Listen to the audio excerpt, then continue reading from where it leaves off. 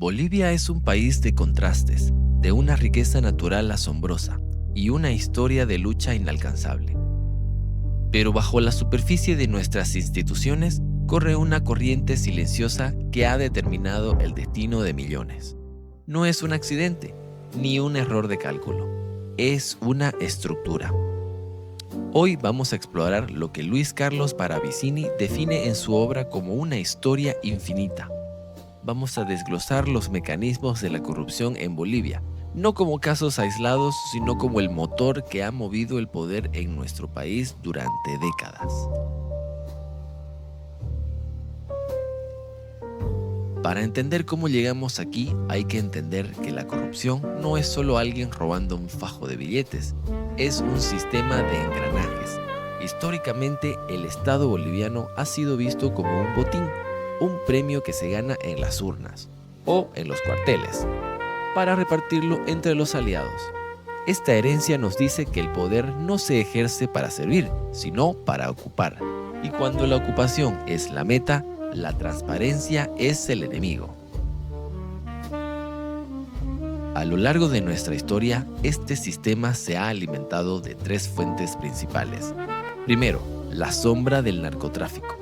En los años 80 vivimos uno de los puntos más oscuros con el régimen de Luis García Meza. No era una infiltración, era el Estado mismo convertido en un aparato de logística para el tráfico. Con figuras como Luis Arce Gómez, las instituciones diseñadas para protegernos se convirtieron en las principales exportadoras de cocaína, marcando a fuego nuestra reputación internacional. Segundo, el desangre del contrabando, una herida abierta en nuestras fronteras. Aquí la corrupción es capilar, desde el funcionario que mira a otro lado hasta las redes de protección oficial que permiten que economías enteras se muevan en las sombras, asfixiando a la industria nacional con la complicidad del uniforme. Y tercero, la malversación institucionalizada. Quizás el ejemplo más cínico sean los llamados gastos reservados de la época neoliberal, fondos públicos que se entregaban en sobres Manila, sin rastro, sin auditoría.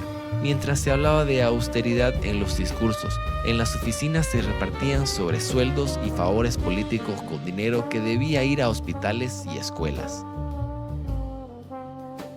La justicia en Bolivia ha operado históricamente como un escudo para el poderoso y una espada para el enemigo. Sin una justicia independiente, el ciclo es perfecto. El corrupto de hoy sabe que, con suficiente influencia, será el intocable de mañana. Los rostros en el Palacio Quemado cambian, pero los mecanismos se heredan como una posta técnica de impunidad.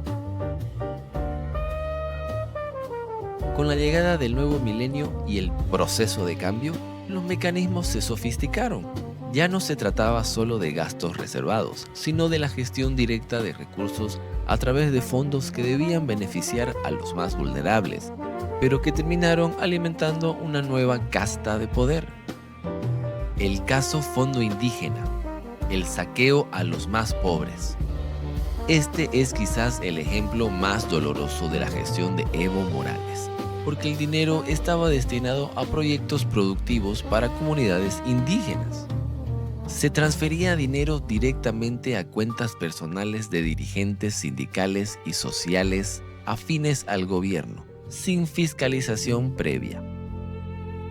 Se estima un daño económico de más de 102 millones de bolivianos, aunque algunas auditorías sugieren cifras mayores.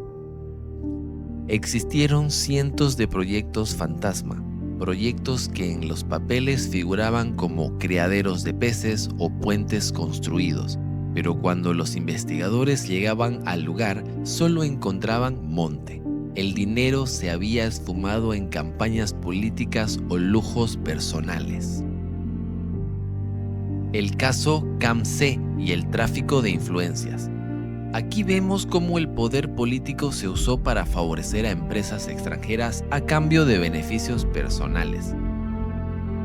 La empresa china CAMC obtuvo contratos millonarios con el Estado por invitación directa, sin licitación transparente. Gabriela Zapata, entonces pareja del presidente, Ocupaba un cargo directivo en la empresa y operaba desde oficinas de la Unidad de Gestión Social del Ministerio de la Presidencia.